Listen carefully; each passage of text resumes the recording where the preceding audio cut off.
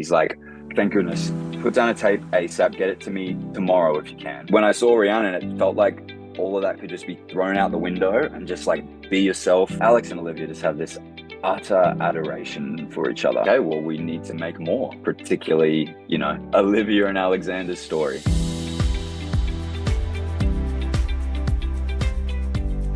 Hi, everyone. Welcome to the Heart Emotion Podcast. I'm so excited to welcome Mitchell Bourke to the podcast. How are you doing, Mitchell? I am just super happy to be here. Super happy to be on with you, Steph.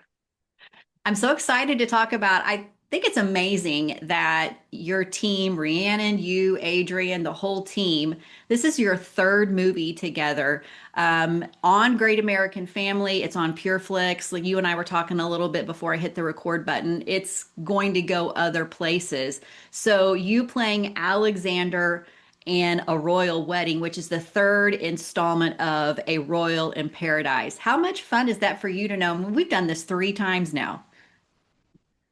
I mean, so fun. You can only dream about it as a kid watching, an amazing movie and then seeing a sequel and then knowing there was a third coming, like those big franchises and knowing that you were going to be, um, you know, you were going to be able to watch those again and dive into those characters and the joy that it brought you. It was kind of a pinch me moment when the second one was happening, that they wanted to do it. We were like, okay, well, we didn't really know what it was like making a sequel when the first one had done so well. It was a little strange. But then when that had done so well and stepping back into the third, it was kind of like just stepping back with family and everyone knows each other and there's just like history there. So it's kind of, I want to say, a breeze to be able to just step back in and everyone had known each other so we could just play.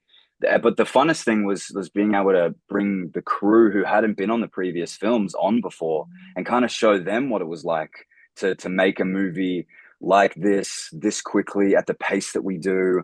There's only really one new character, and he stepped on and he was kind of in a daze at how seriously we took this. So to take him under our wing and sort of say, no, this is a real deal. This is a serious thing for not just for us, but for those that watch it. Like there are people who love this story and love these characters. So there was a little bit of pressure when it came to stepping back and doing a third, but we can get into that later. The whole thing was just kind of like I've said this before, like a blur, like a fever dream, really.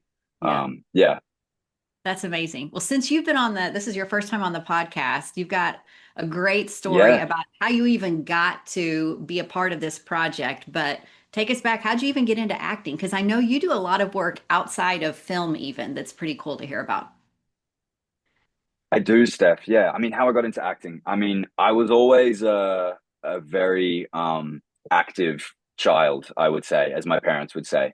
I would climb trees. I would talk to myself quite often. But the clearest thing that I remember, and there's proof of it, is that my mum and dad always had a video camera everywhere we went. And, we were lucky enough to go on trips because they would travel a lot also. So they would bring it everywhere we went, and I would just hog that thing.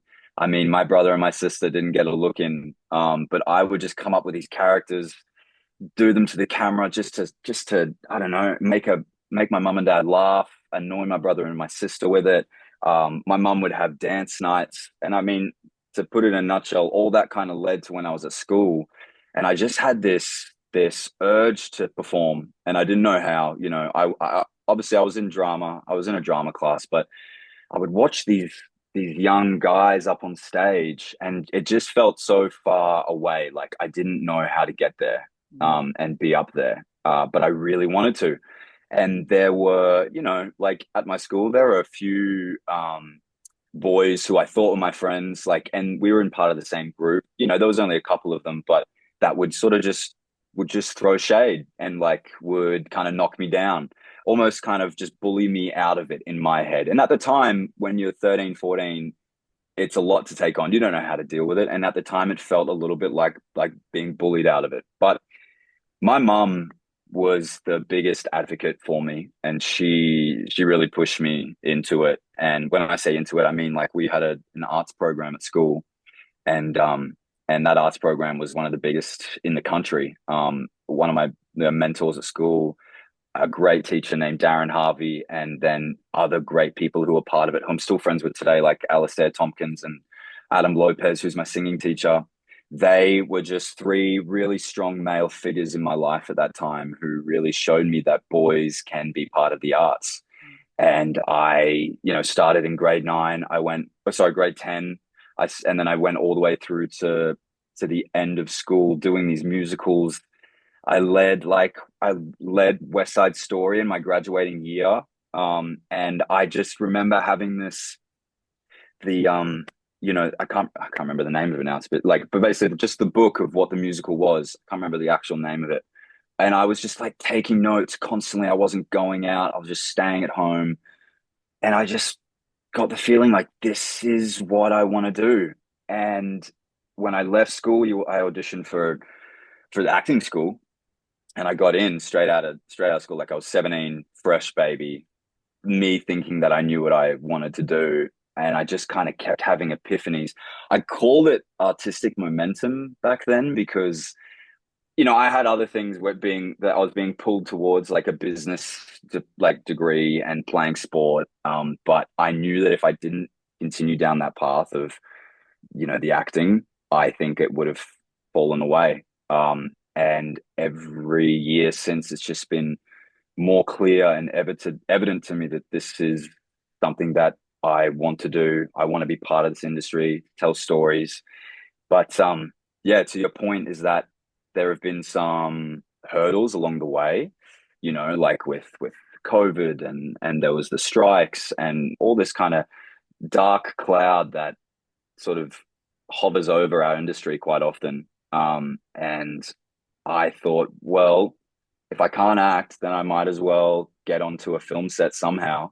And luckily, it just so happened that short film that I worked on during COVID, the DOP on that, his uncle was a camera operator on a big TV show, and he asked me to come on to become a grip.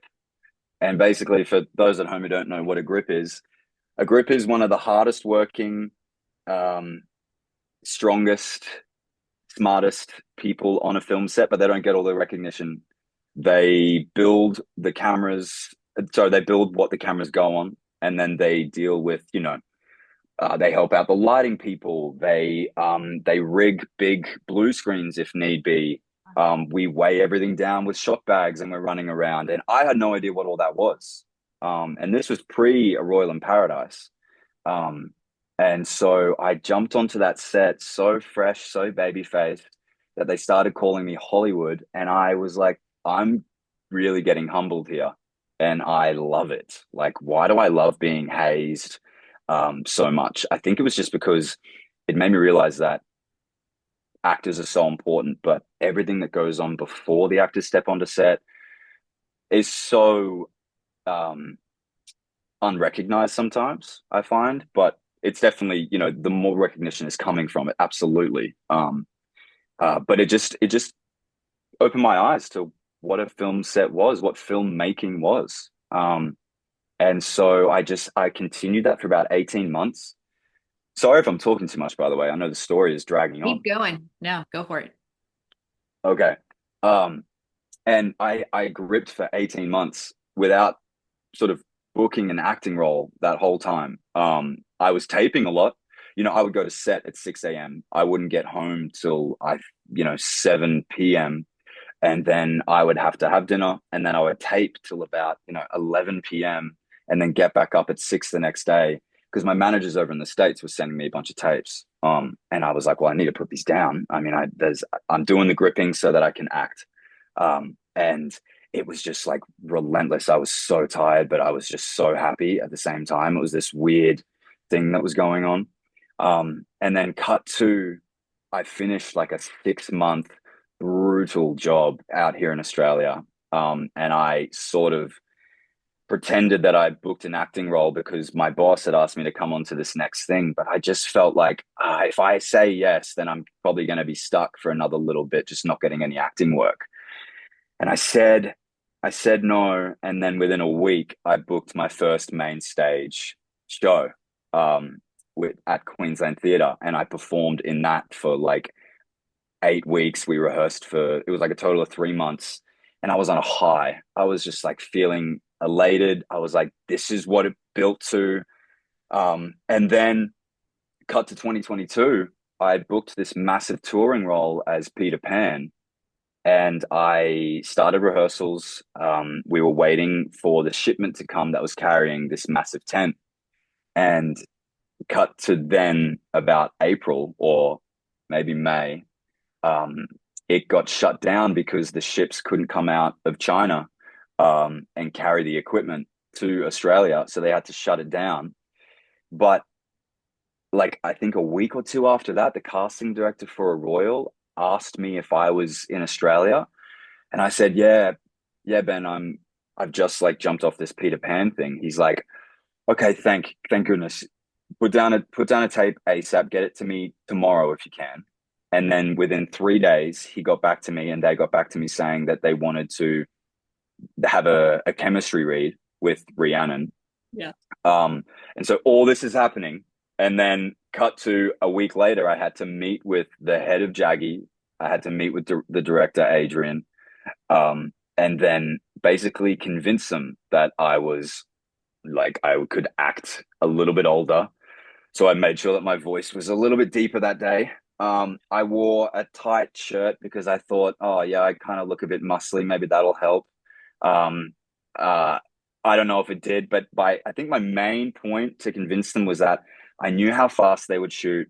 I had been gripping for 18 months prior, so I knew how a film set worked in and out. And I basically just convinced them, apart from my acting, I know that you need to get things done quickly. So I have that experience. You're going to have to kind of trust me and back me. And then I left, and Adrian told me later that as soon as I left, they said that I was the guy. And so, I mean, but I nearly missed out on a Royal in Paradise because I was about to tour. Like this nearly didn't happen. And that's now 4 years ago. And now we're up to number three. And it's kind of like this just amazing thing about what we do and life. You know, so that's a really long story. But that's basically where we are today to talk about a Royal Three, which is just Isn't it insane to me. isn't it fun to look back and go, okay, if this hadn't happened, if I hadn't done this, and if this hadn't happened, and I know, hearing from Adrian that it was literally like down to the deadline for them, and your tape just kind of comes in out of nowhere, and it's just a fun story to hear that how it all just kind of laid out. Yeah, yeah. And like I just believe in divine timing and being ready when an opportunity presents itself. And weirdly enough, I was just ready to put down that tape, to have that meeting, and then to go on to set like 2 weeks later. Like I had 2 weeks from when they cast me to create this prince and this accent, and this way that he holds himself in 2 weeks. And I just had to back that. And we just had the most fun shooting that. I was very nervous. It was my first feature film, but I didn't try to let it get to me. But with Yeah. the help of like Adrian called me every day. Every day we would finish filming, he would call me and settle my nerves or settle any doubts I had from the day. And that's why we have still stayed very, very close friends, even when we're not shooting, sorry, filming. And then, all credit to Rhiannon. She just had such patience, poise, and professionalism when it came to the set and to with me, just coming on and acting opposite her. I think that really speaks true to how great she is as an actor and even better as a person. Yeah. I got to hear a story that Rhiannon told in Kansas City last year. She was on a panel. I think she was on the panel with Andrew Walker, and she was Hmm. complimenting him. That was one of her first roles, and I'm pretty sure it was Andrew. And she was complimenting him on how welcoming he was to set and how that really stayed with her, that that it helps set her at ease when she's early on in Hallmark, and knowing that is something that she wanted to take with her. And I've heard from other people that have worked with her that literally that is who she is. Like she's she's professional and she's ready to do her job, but she is so humble and kind and welcoming. So maybe that's the experience that you felt with her as well. Oh, definitely. And knowing that who she is, like, because I've known her now for 4 years, that is her through and through. And I remember from that first film taking and learning so much from her. Like, I was just kind of in awe and enamored at this, you know, she's stunning, but just how she holds herself is a whole nother thing. And how she treats people on set. I just had to take that with me as well. And then it's funny coming from a grip background is that I had a lot of chance to kind of be in the background looking at how professional actors worked. And I'm talking like A-list actors, and how they would treat everyone, the patience that they had. I just always was trying to be a sponge and trying to make sure that I was that type of person when I got onto set, because I think it's really, really important. And I think it makes for a good project. I think it makes for an even better movie when everyone's having a good time. Um, Everyone has the same vision, because then you want to go to work and you don't mind when maybe it goes a little bit over time, or you don't mind when things are taking longer than what they maybe should, because everyone is just like, yeah, we'll get it. We're with you, man. Like, we're with you all the way. Don't worry. We're here. It's all good. Because, one day they may trip over a wire or maybe bump the camera. So it's like a whole team thing, which is just something that, being part of the crew and also acting, I just wanted that mentality for sure when it came to this, especially because it's such a intense time frame, but also with every other project I do as well. I can't tell you the number of people that I've talked to who said, I'm a better actor because I've been behind the camera. I've done this work or I've done this work, and I have a Hmm. completely new appreciation for the work that goes on behind the scenes. 100%. 100%. I truly, truly believe that. I am the way that I am because I gripped for so long. I slogged it out for so long. I cleaned mud off my shoes for so long, knowing that I it would make me a better actor. And I mean, I think that it has. I mean, only people who watch myself can say so, but from the inside, it feels that way. Yeah. Yeah. So you Mm, mentioned your character, Alexander. yes. And so tell us a little bit, how would you describe Alexander back in movie one when you first get this role? Back in movie one, it's 4 years ago now, Steph. Gosh. Um, Back in movie one, I think back in movie one, Alex was so much like me, just a hopeless romantic, just keen on adventure, um, utterly optimistic, and also wanted to be like, he just lived by ignorance is bliss, I think, when it came to um, pushing aside royal protocols, knowing that he would get to them. But he just needed to he needed to live. He needed to have some lived experiences, I think, in order to comment on the world. And he felt like living in that castle and not exploring the way that his father had, and the way that he wanted to, held him back.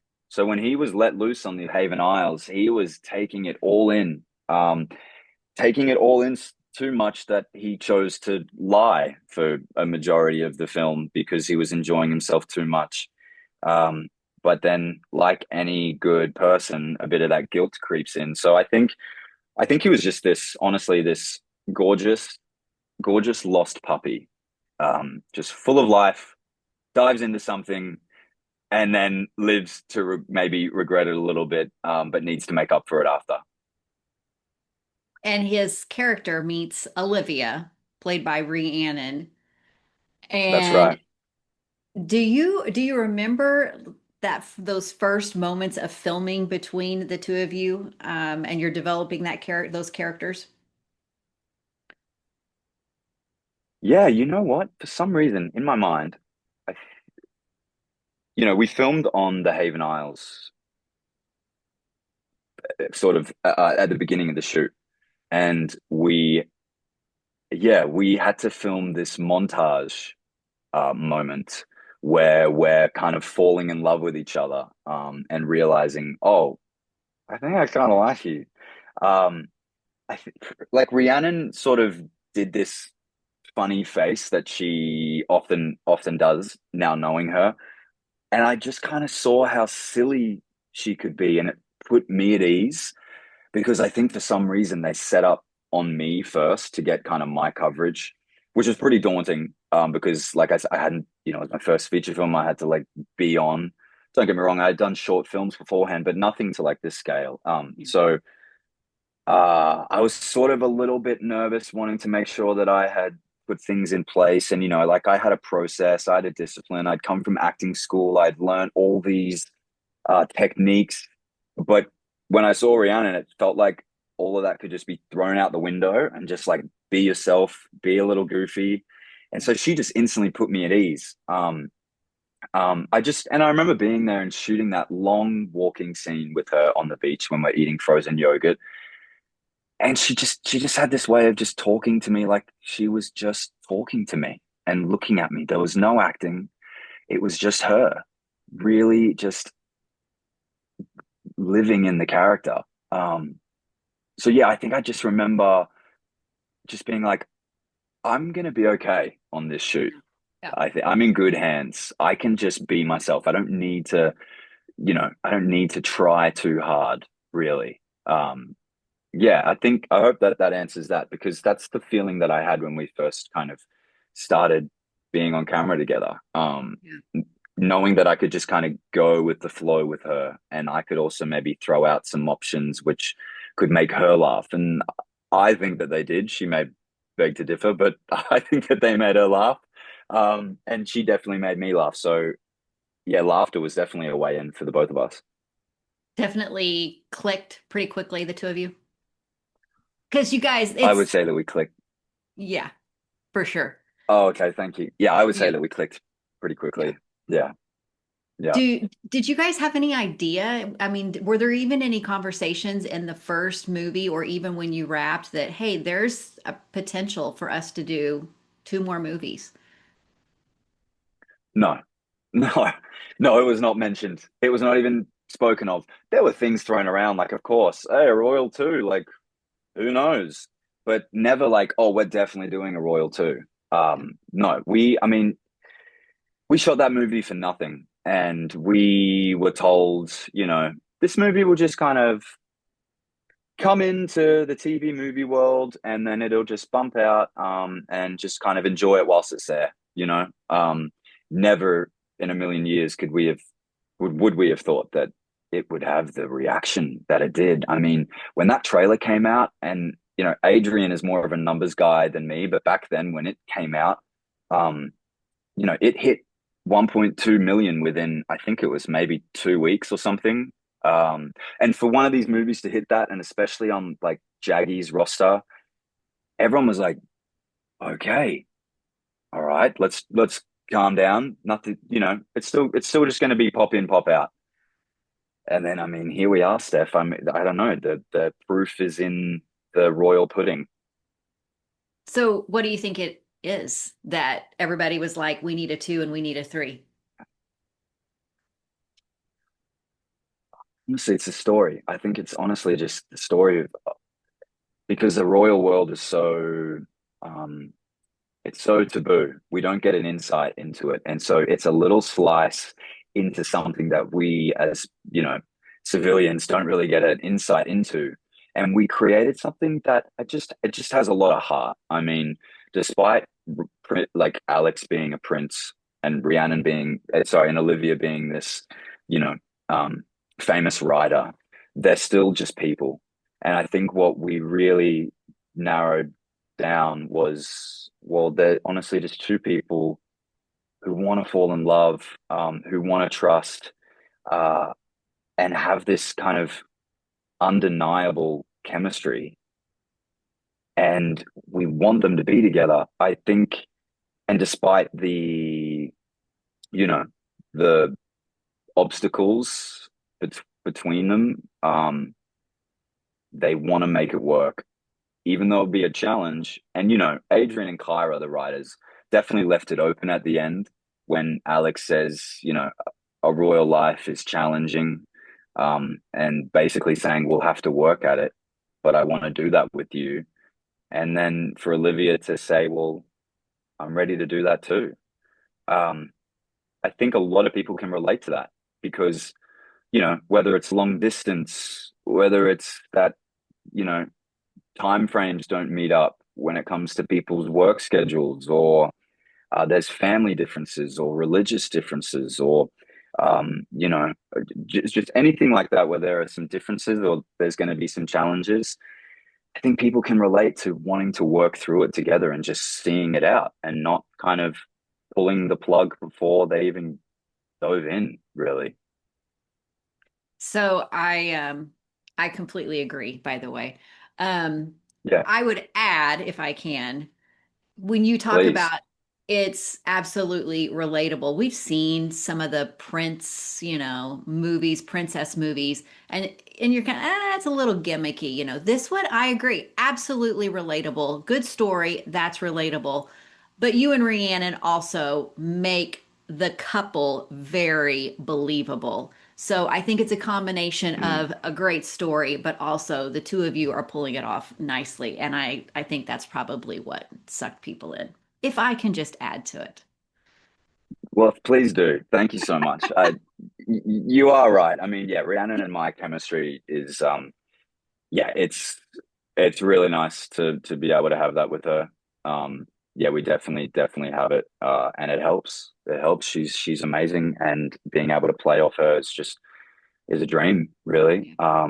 And we discuss, what they would be like, and the conversations we have, I think, just make it even more real, like between each other. So yeah, yeah. Well, thank you for that as well. You mentioned challenges in the first movie. The Hmm. challenges, they're coming from two different worlds. He's, trying to, he's going off and trying to figure out what he wants to do and just, they come together. Hmm. How would you, to get us to movie three, describe the challenges in the second movie and that bring us into the third movie? Without going on a Mitchell tangent, I think honestly, I think the second movie is purely just about lack of communication between them, and trying to be in too many places at once, um, and just remembering that quality time as well as communication is super important. Um, and I think that Olivia really sums it up beautifully at the end, um, basically saying that we don't need anyone else but each other. We just need to stay in touch constantly and check in. And I think that that's really important, which is what gets us to number three, I think, because they get through that hurdle of not being able to communicate or kind of just missing each other. Um, and that's where we land in number three, where they are just on cloud nine, like they're literally about to get married. And those that have been married or are married, that feeling of getting married, I'm sure, has this just total elation constantly, where you feel like you're floating. And so we enter this story, in that state, I would say. Yeah, without giving away too much, of course, even though some people have seen it, some people are yet to see it. So you talked about, you step into movie one and you're kind of wide-eyed taking it all in. You had the background, but this is different.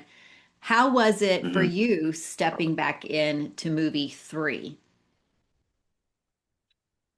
I honestly, I mean, when I say at the beginning that it felt like a breeze and it was like a dream because I knew everyone, absolutely. But when like on the build up and reading the script at home and when I was alone, I just felt this kind of pressure because it had been 2 years since filming number two, and also just this pressure of that I would put on myself, like expectation Yeah. to hit the mark and raise the bar again, because we had done that with one, and then two, I think, was a clear success because that's why we were making three.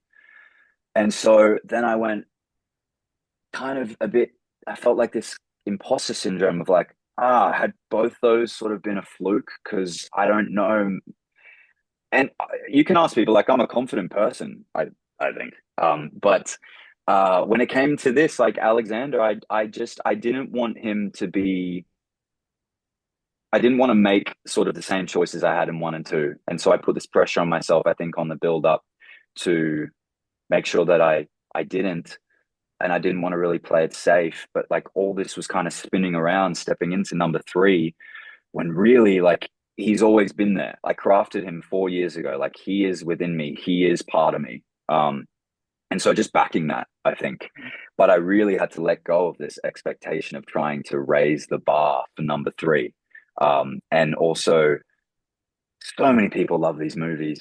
And so the weight of not letting them down and making sure to give them what they love also as well was really important to me. But I just had to, let go of that and just walk on the set every day and be as truthful and real as I could be to Alex and Olivia's story, really.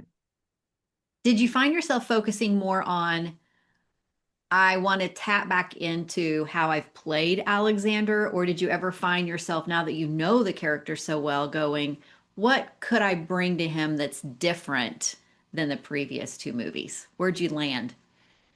Well, it's funny you say that because that was definitely a conversation between Adrian and I quite heavily. Because, like I described, like Alex was this sort of gorgeous lost puppy in number one and had this energy, this like just beaming energy. And then number two, things, he was a little bit stressed with the proposal as well as with the foundation. So he sort of developed this kind of awareness of everything that he had built up, he didn't want to lose. And so number three, we sort of discussed like he had to be grown up a little bit because number number one was so long ago, and number two, like it had been a year of the proposal, and now they're getting married. So he needed to have another level of growing up, which is a struggle for me. But when it comes to Alex, I think we just kind of landed on he needed a combination of one and two. He is just so happy to be getting married to Olivia. Um, but as things get in the way and conversations start happening, he is so afraid of losing her, of losing the life that he truly wants. And he battles with a few really tough questions of what's truly important, um, which have been sort of peppered in there through number one and two. But in number three, we clearly see the questions that he's sort of been battling with for a while. So knowing that I had to have the gravity and the weight to ask that of myself and then answer them, um, I think that's what made it so different to one and two for Alex, for sure. Yeah. So with it being, it's different than the first movie where you've got the guy and the girl, you've got the meet cute, they don't know each other. The story is building Yeah, up to it's them super cute. knowing each other. Now you're coming in movie three and you're playing characters who know each other very well. So what conversations did you have with Rhiannon about how you were going to play that dynamic? I mean, luckily, like 4 years has passed of us knowing each other. Like, so we had that connection. But there was definitely moments where we had to figure out, okay, when do they hold each other, or when do they sneak a kiss, like this couple would, um, because they're allowed to, now that they're proposed and they're engaged, right? Yeah. So sort of bringing this normalcy to their relationship of little things that they would do in a day to day, in their day to day lives. Those were definitely conversations that we had. And it's funny when because Rhiannon's idea of a relationship versus my idea of a relationship, or her lived relationships versus my lived relationships. It's like, okay, well, where do Alex and Olivia meet, despite Yeah. what we do or who we are, you know. Yeah. And we came to that conclusion, and I think you'll see it in the movie. We just Alex and Olivia just have this utter adoration for each other. Um, and they just want to be around each other all the time. And even, even Adrian and Kyra, like they wrote it so that Alex and Olivia, like we saw them together more in this movie because number two sort of pulled them apart. And they weren't really in the same room for a lot of it. Whereas in this one, it helps that they did right that we were in the same room for a lot of it and we were kind of working through these situations together. But yeah, there were little things that we would just sort of add, whether it be like a handhold, or there's this moment on the balcony where she presses her hand, you know I think it was like here, and sort of points to me like, I'm checking in on you, don't mess with me, like sort of just looks that we would give each other. I think that was a really fun scene to shoot as well with her.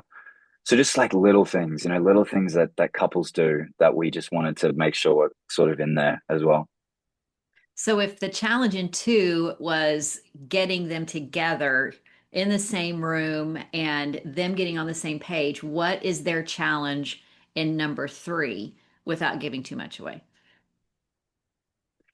Yeah, I got to pick my words carefully here. um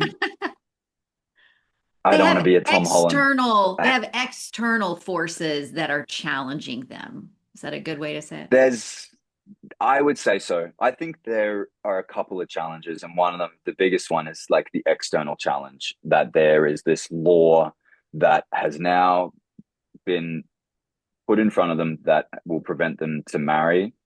And then the sort of, I don't want to use the word villain, but he's sort of like the villain in the movie.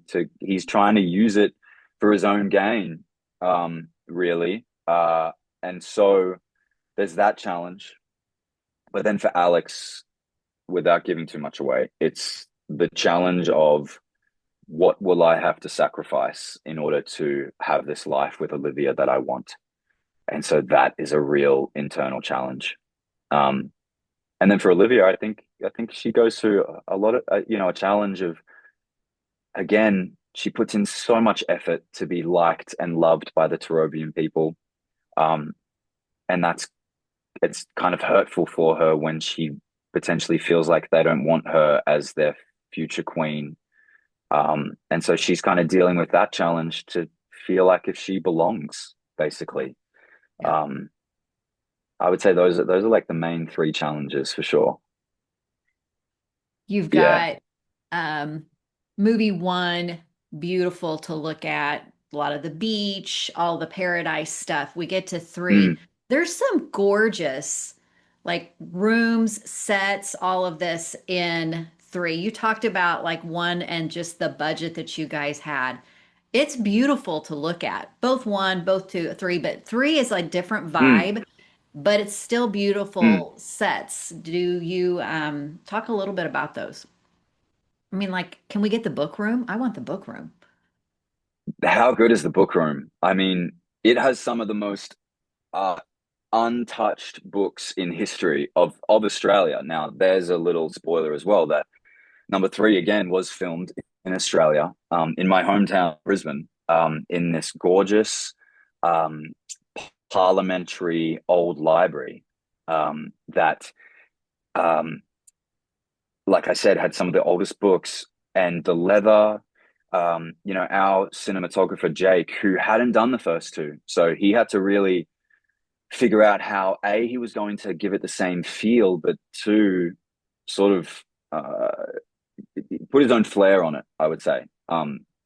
And I truly think that he did that. Like the sort of the shots that he would use, and our camera op Lucas, who was just incredible with the Steadicam, creating this sort of whirling feeling that you get in some of those shots. But the sets were just so well done by the art team. But a lot of it was, well, they added a lot, but that, like, those rooms were just there. And though it's like an old hotel, like an old casino hotel that we shot in as well, those long hallways. But yeah, we shot at like Parliament House, an old government house. Um, there's a funny story that Adrian and Kyra told me the other night when I saw them, which was that book room, apparently, if um anyone touches the books or some, like the alarm goes off, you have like 30 seconds to get out of there before the room shuts and you're locked in there. And then they spray some type of like carbon monoxide gas to prevent the books from being exposed to anything. Um, so yeah, the Royal movies run a lot of risk. We like to kind of shoot on the edge and with some danger. I would say, Royal One was utterly cold, and we shot a summer paradise. Royal Two was bitterly hot, and we shot a winter wonderland. And then Royal Three, insanely hot also. But we had to make it feel like we were in the castle, sort of in this springtime. Yeah. So we're battling the elements. We're battling the old buildings, and we are just having a great time doing it, I would say. Was there, looking back on three, a particular scene that you're really excited for everyone to see that hasn't seen the movie? Or if they have, they can celebrate it with you. They can look. I can't go past the wedding. The wedding was is stunning. Yeah. Um, but yeah, there is a scene between. I'm going to choose two, but Okay. there's a scene We break the between rules when on this podcast all the time, so break the rules. I'm a rule breaker, Steph. So bring it. That's great. I would say the scene between Winston and I, where I awake in the middle of the night and just need a snack, which is often what happens in Mitchell's world, which I think is why Adrian wrote it in. But the scene between myself and him, it really speaks to our relationship between Alex and Winston. Alex is kind of admitting this truth, but at the same time seeking validation from his oldest, dearest friend. And it's honestly just, it's a beautiful moment between them. Um, yeah, truly. And it was a joy to film. I mean, David is such a beautiful actor as well. And so it's just a joy to film, joy to film with him. And then I would say there's a scene between Olivia and I right towards the end where Alex feels like he's going to do something drastic, and they have this moment together, um, where they are just two people wanting to get out of this together. Um, and I think a lot of people can relate to that as well. So Yeah. yeah, those are probably my two. Those are Yeah. my two. Is there Mm. something that you remember during filming that maybe wasn't necessarily in the script, but you guys added it in and you're really excited for everybody to see?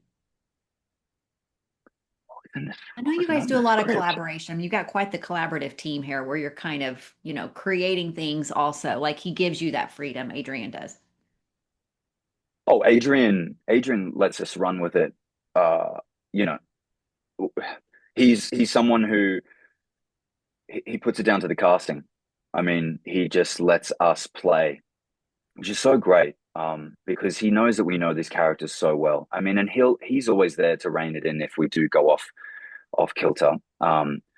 Yeah, the moment of shooting the scene where we walk into so it's kind of like our pre-wedding night Yeah. where Okay. everyone's there and we're having this scene between, it's like all the women are together and all the men are together.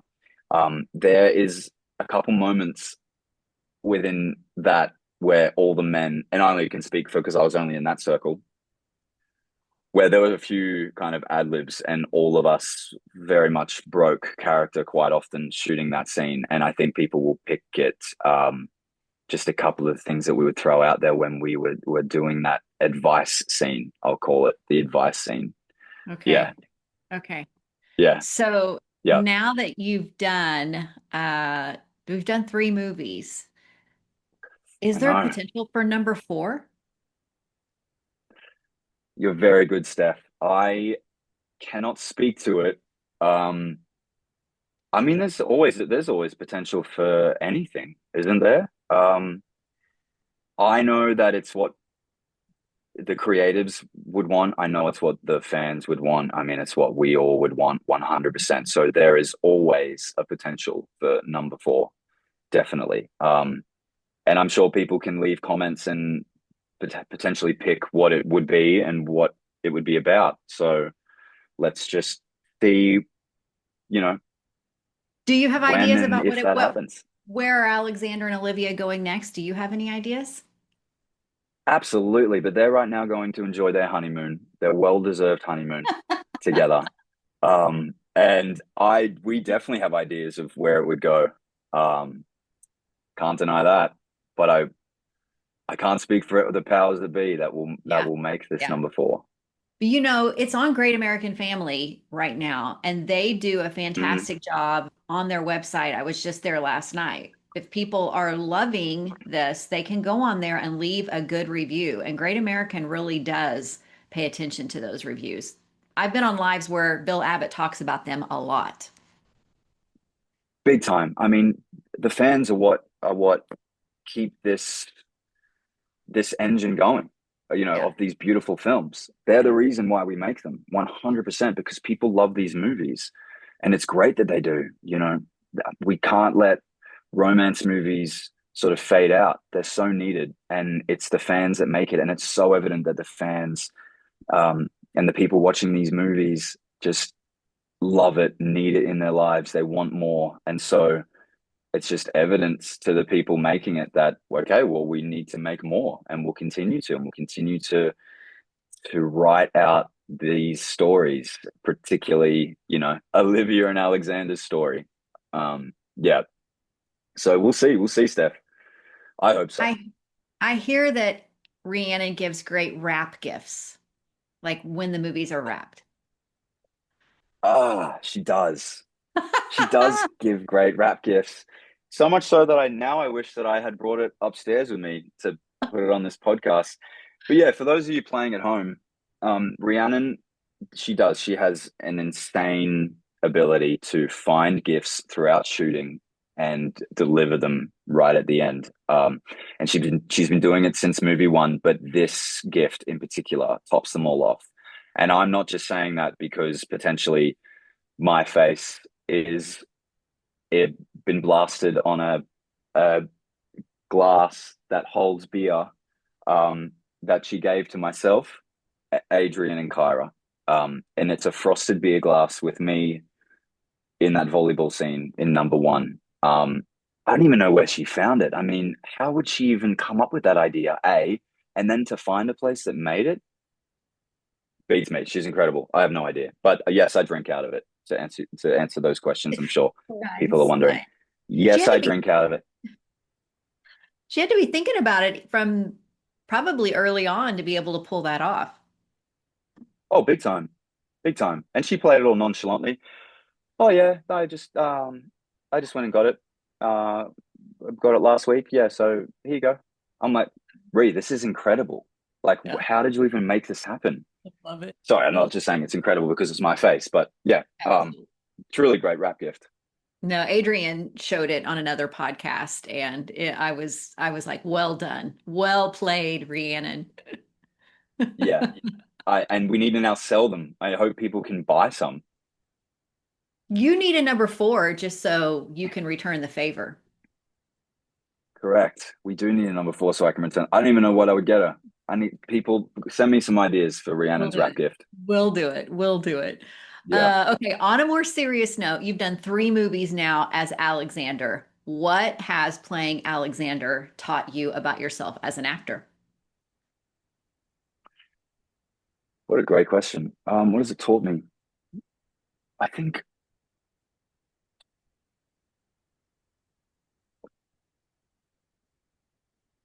I think it's taught me to trust my instincts. Um, and that why I say trust my instincts is because, I crafted him within 2 weeks of booking that role. And I had to come up with the accent, how he walked, how he talked. And then again, with number two, we really had no time. I mean, there were discussions, but these movies kind of always happen in the tightest time frame. And so I really just have to back my instincts. And that my instincts sometimes maybe they're not there, but most of the time that they are, and then I can tweak it. So I'm trying in all my other work to honestly just back my instincts. Um, yeah, but also that preparation helps and is key also, so I can throw it away. I love it. Instincts, but also come prepared, right?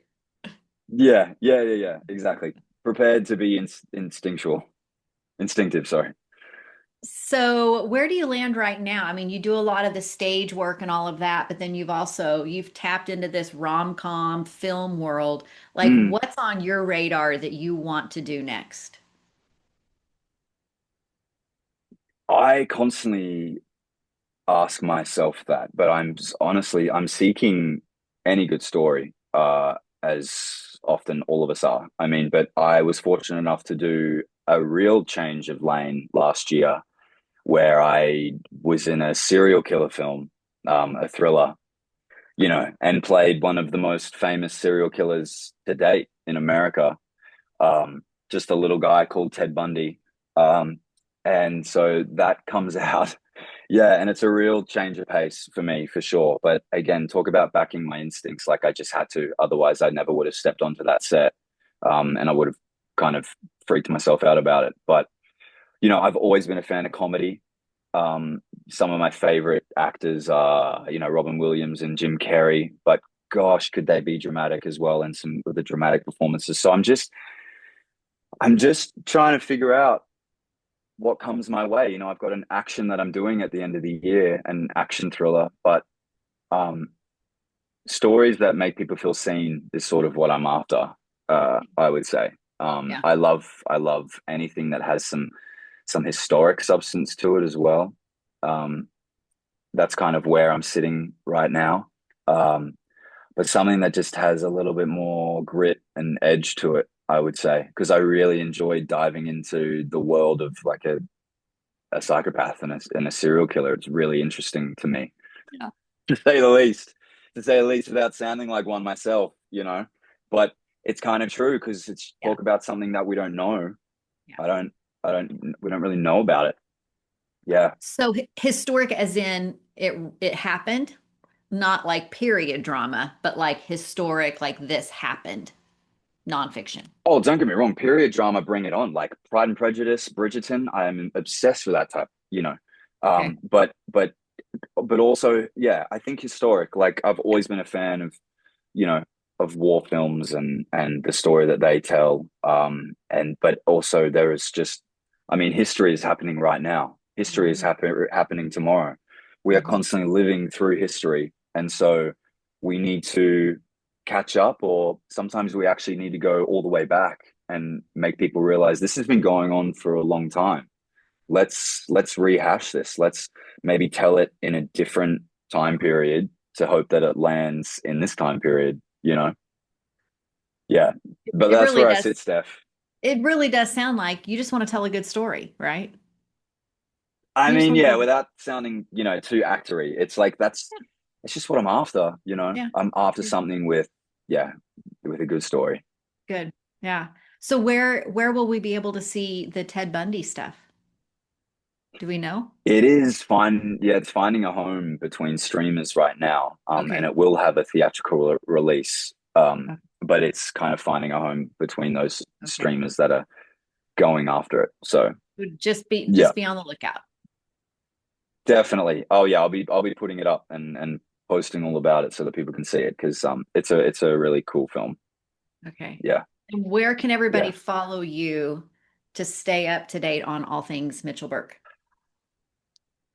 Just my name, Mitchell Bourke _ on Instagram is where you'll find me. Okay. Which is fun. Yeah, And I then think. we're on your movie right now. Number three is on Great American Family. You can watch it right. And actually, it just aired today on Great American Family. So if people haven't seen it, they can Mhm. go get on the DVR or whatever and go back and hit record and watch it. But then it's also Yeah. on PureFlix, and you can watch them all on PureFlix. I think number one may be streaming out there Mhm. somewhere too, outside of PureFlix, if I'm not mistaken. But you think it'll probably expand even beyond those two. Yeah, it will. Like that's the exciting news about one, two, and three, that it's going to be accessible kind of everywhere, like for everyone. One is on Prime and YouTube and Netflix, and then two, there's some news to come, and then three as well. Okay. All Yep. right.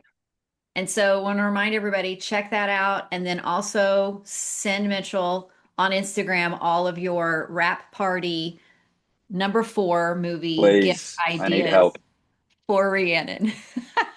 It's been Please. so much fun talking to you. Thanks so much. I know it's like you over Thank there you, and me Steph. here and coordinating, and it's bright and Yeah, early here for everybody watching. The sun is up now. It's time to start my day. And Mitchell, thanks so much for get taking the after it. time to chat with me. Thank you for having me. Truly, this has been a joy. Yeah. Thank you All so right. much. All right. And then I want to remind everybody that I'm talking with Rhiannon here in a couple of days about the movie as well. So we'll get her Nice. time. So What a treat. What a treat. here we go. All right. Thanks so much, Mitchell. Thank you so much, Steph. Thank you, everyone.